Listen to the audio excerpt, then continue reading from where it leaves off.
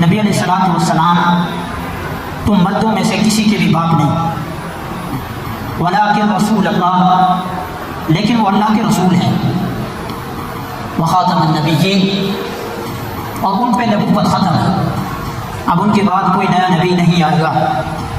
یہ ہے اس آیت کا ترجمہ۔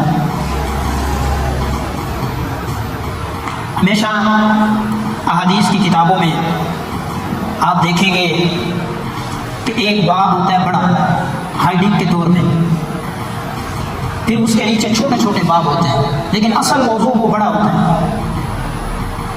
جیسے کتاب العلم، یہ ایک بڑا باب ہے، اس کے تحت جو ہے وہ چھوٹے چھوٹے باب آئیں گے۔ کتاب الصلاۃ، نماز کا باب، اس کے تحت چھوٹے چھوٹے مسائل باب آئیں گے، سجدے کے متعلق، رکوع کے متعلق، تو اس اعتبار سے چھوٹے چھوٹے پھر باب آئیں گے۔ یہ حدیث کی کتاب امام بخاری رحمۃ اللہ علیہ کا یہ طرز ہے، انداز ہے، یہ طریقہ ہے۔ یہ بات میں سمجھانے کے لیے کہہ رہا ہوں، قرآن کریم کے اندر یہ جو آیت میں نے آپ کے سامنے تلاوت کی، اور اس آیت کے اندر جو عنوان ہے خاتم النبیین، یہ ایک بڑے باب کی حیثیت رکھتا ہے، ہائڈنگ کی حیثیت رکھتا ہے، امام بخاری رحمۃ اللہ علیہ کے طریقے کے مطابق دیکھا جائے۔ لیکن وہ قرآن ہے، سب سے اعلیٰ و برتر کتاب، اس کا مقابلہ تو کوئی نہیں، لیکن میں بات سمجھانے کے لیے یہ کہہ رہا ہوں کہ بڑا جو باب کے طور پہ خاتم النبیین، اس کو سمجھانے کے لیے کہ اللہ رب العزت نے یہ کیوں فرمایا وہ خاتم النبیین، ظاہر سی بات ہے کہ آپ آخری نبی ہیں، اللہ نے فرمایا، کوئی تو وجہ ہوگی جس کے ضمن میں اللہ نے یہ فرمایا۔ تو وہ ضمنی بات یہ ہے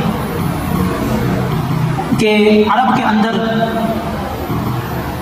نبی علیہ السلام کی نبوت کا جو چرچا تھا،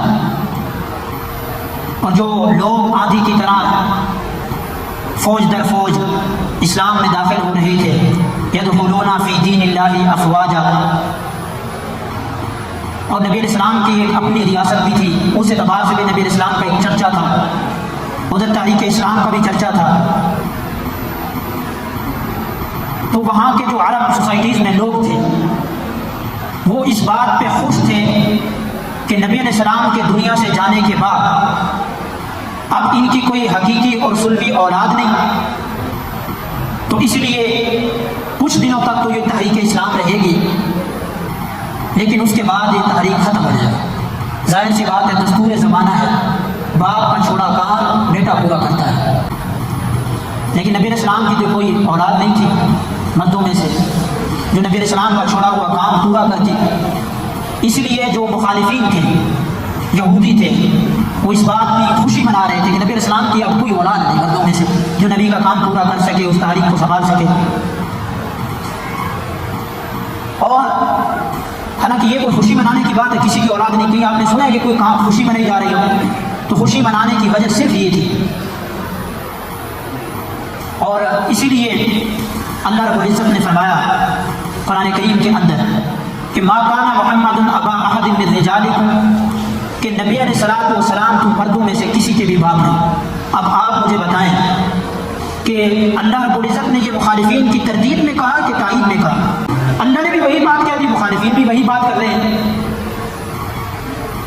لیکن عرب کے اندر یہ دستور ہے کہ جب وہ اپنی بات کو پلٹنا چاہے نا، مثلا بات کرتے کرتے کوئی شبہ پیدا ہو جائے تو وہ پھر اپنی بات کو جو ہے استدراک کے ذریعے ثابت کرتے ہیں۔ مثلا میں کوئی بات کر رہا ہوں نا اس بات میں، آخر میں جا کر کہہ دوں لیکن، جب لیکن آ گیا تو سمجھو کہ کچھ شبہ ہے۔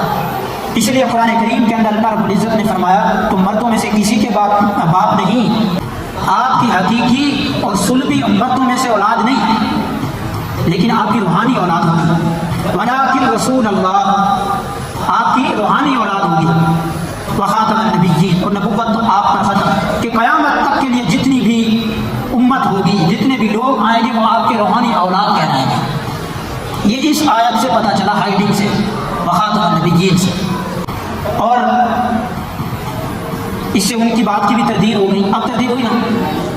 لیکن یہاں تک جو ہے کچھ لوگ برگرانے کے لیے کہتے ہیں دیکھو جی اللہ رب العزت نے بھی وہی بات کی مخالفین کی طرح، تو مطلب نبوت نامنظور تھی، لا حول ولا قوت الا باللہ۔ اور نبی علیہ السلام کی جو بیویاں ہیں وہ روحانی اولاد کی مائیں کہلائیں گی. اس لیے نبی علیہ السلام کے وفات پا جانے کے بعد زوجیت باقی رہتی ہے. کوئی بھی نبی کی بیوی کے ساتھ شادی نہیں کر سکتا, زوجیت باقی رہتی ہے. کیوں؟ وہ پوری امت کی مائیں ہیں. اب ایک بات سمجھانے کے طور پہ, یہ بھی ہو سکتا تھا نبی علیہ السلام کی بیٹی تو تھی نا بیٹی, نبی علیہ السلام کی وفات کے بعد بھی وہ زندہ رہی, 6 ماہ زندہ رہی. اللہ رب العزت یہ بھی تو کہہ سکتے تھے کہ مردوں میں سے محمد الرسول اللہ صلی اللہ علیہ وسلم کسی کے باپ نہیں, لیکن بیٹیاں تو ہیں نا.